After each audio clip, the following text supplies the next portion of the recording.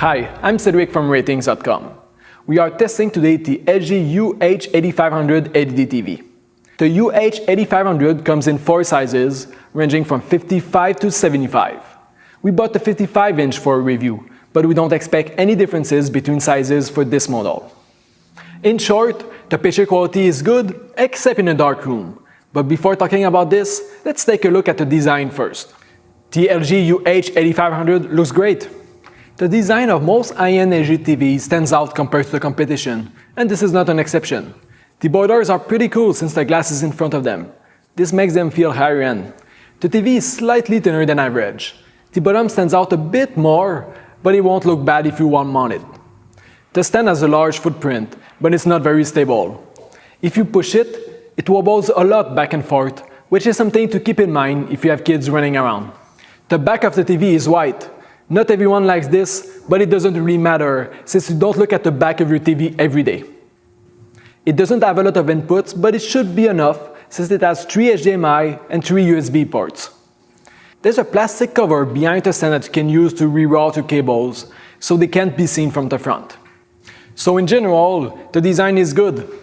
But now let's talk about picture quality. The blacks are bad in a dark room.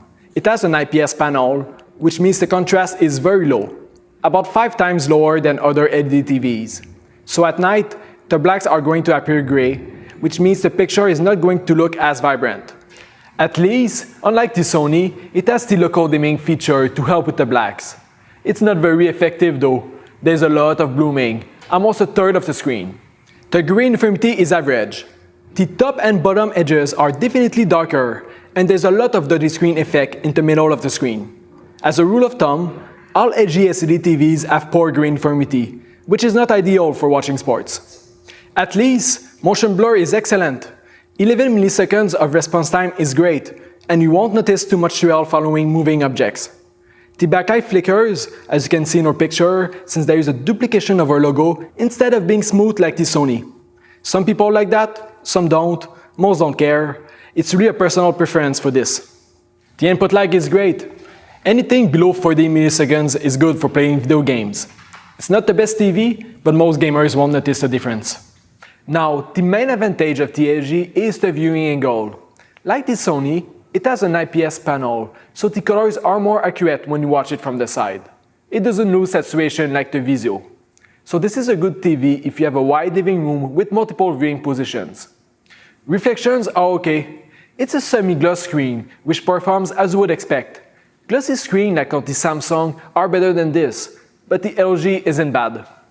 It doesn't get very bright, and it is a little bit worse when you don't send an HDR signal. At least, the luminosity doesn't vary in time like on the Samsung. It has a wide color gamut, but it is not the widest. It is good enough though for HDR. The smart features are great, better than the competition. They are very easy to use. The app selection is not the biggest, but all the main ones are there. It comes with a smart remote that can use control the pointer on the screen. Overall, for the LG UH8500, good viewing angle, great smart features, but bad picture quality in a dark room, and it doesn't get very bright for HDR. It's a good TV, and most people will be pleased with it, but considering other options, we don't often recommend this TV. You will find it in some cases in our recommendations on our website, but it's under a very specific set of constraints. For example, if you must get a 60-inch, where the selection is pretty limited in that size, and you want a good viewing angle. In that case, the LG UH8500 makes sense.